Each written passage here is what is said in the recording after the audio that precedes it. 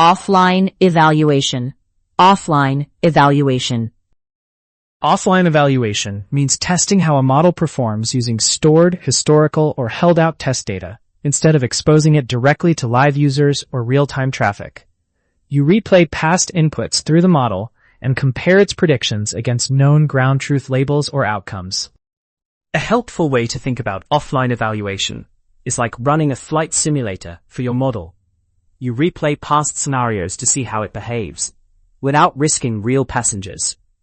Because you already know what actually happened in the past, you can precisely score how well different model versions would have done under the same conditions. For example, a recommendation system team might take last month's user interactions, hide what users actually clicked, and run several candidate models on that data to see which one would have produced the most relevant suggestions. This is closely related to ideas like cross-validation, where you hold back some data to estimate how well a model will generalize. Offline evaluation matters because it lets you iterate quickly, compare many model variants, and catch obvious failures before you risk user trust, money, or safety. It is a standard step in most ML workflows, but it cannot see how users might change their behavior in response to a new model.